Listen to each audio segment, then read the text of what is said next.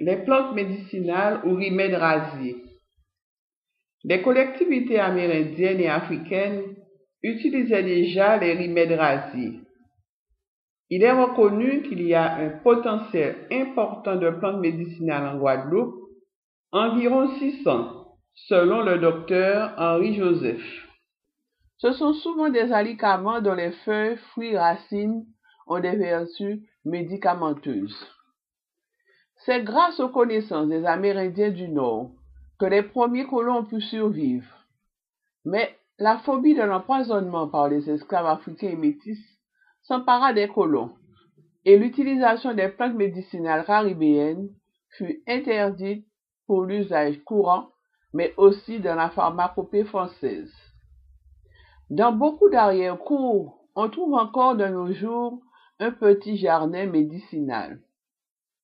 Il ne faut pas oublier qu'un pharmacien ne peut vendre une plante ou un produit dérivé que si elle est labellisée, donc retenue par la pharmacopée française, c'est-à-dire faisant partie du codex. Ce codex obsolète est combattu par les quelques 200 chercheurs caribéens qui travaillent sur les plantes tropicales.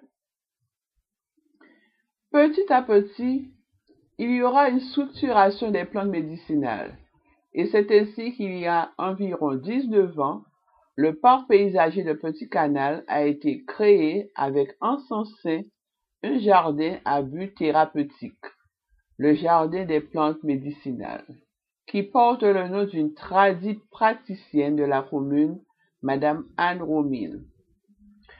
Tout au long de l'année, la structure offre des animations destinées aussi bien aux enfants qu'aux adultes. C'est ainsi qu'ils ont organisé une journée sur les mots spécifiques aux femmes, une autre sur les bains des marées, mythes ou réalité, une à propos des plantes utilisées pour les bains à usage médicinaux, bains contre les douleurs, bains délassants et toniques, bains rafraîchissants, une sur les plantes locales déjà introduites ou candidates à l'entrée dans la pharmacopée française, l'herbe à pic, le galba.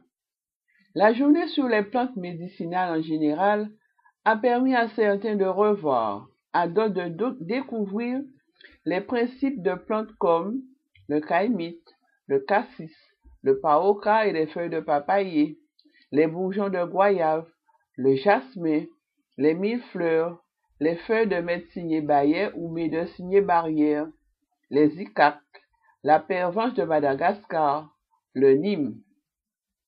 Les grands-parents utilisaient toutes ces espèces pour soulager une douleur, une absence de sommeil, une intoxication avec des taux de réussite plus ou moins heureux quant au dosage. C'est ainsi que le parc, pour informer le grand public, a proposé une vidéo comme Comment doser les plantes médicinales. J'aimerais également parler de l'ortithérapie. Il a été constaté que le fait d'observer ou de voir la plante produit une amélioration de la santé physique et mentale des patients. Cela leur permet de se recoller à leur passé.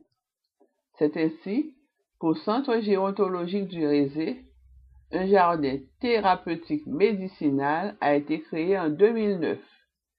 Un projet du même type sera mis en place dans le nouveau centre hospitalier.